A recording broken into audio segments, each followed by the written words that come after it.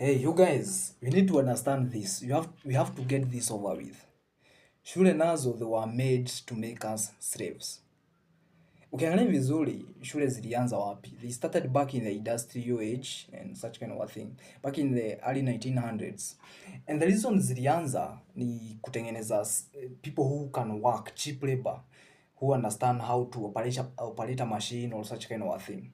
In fact, they were introduced as a result of John D. Rockefeller and his companies, big companies and such.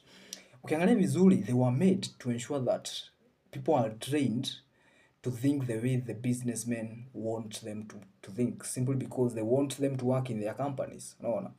And that is why schools zilitengenezwa in the first place, to make us, to program you from childhood to understand how to operate a machine in someone's company or someone's empire and such. Unafaa ushike vizuri. If you look back for the last, since childhood, tumespend over 16 years kama umefuata hii 844, 16 years in a classroom.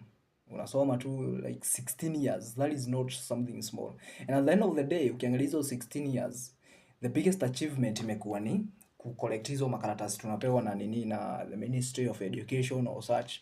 Tunasema I have achieved, I have graduated.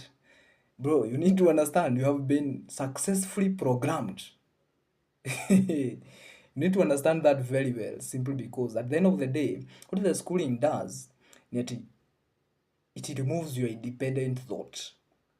Remove that ability of thinking for yourself. Inakuambia ina improve dependency on whoever is in authority.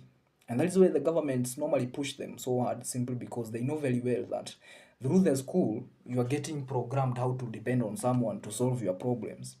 Maybe, hey, serikali tafadhali saidia, we need jobs.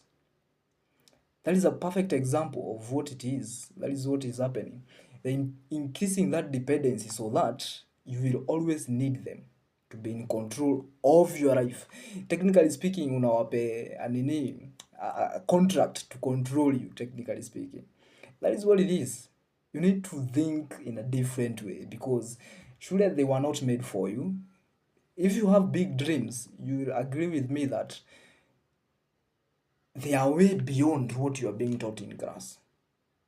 Yenye unakwambia hapo kwa class ni kuprogram tu, wanakunang'anya, fanya hivi, fanya vile, obey this, obey that, nini. They are slowly programming you, and they have successfully done that if you followed the 844 and you went through the 16 years of pure programming.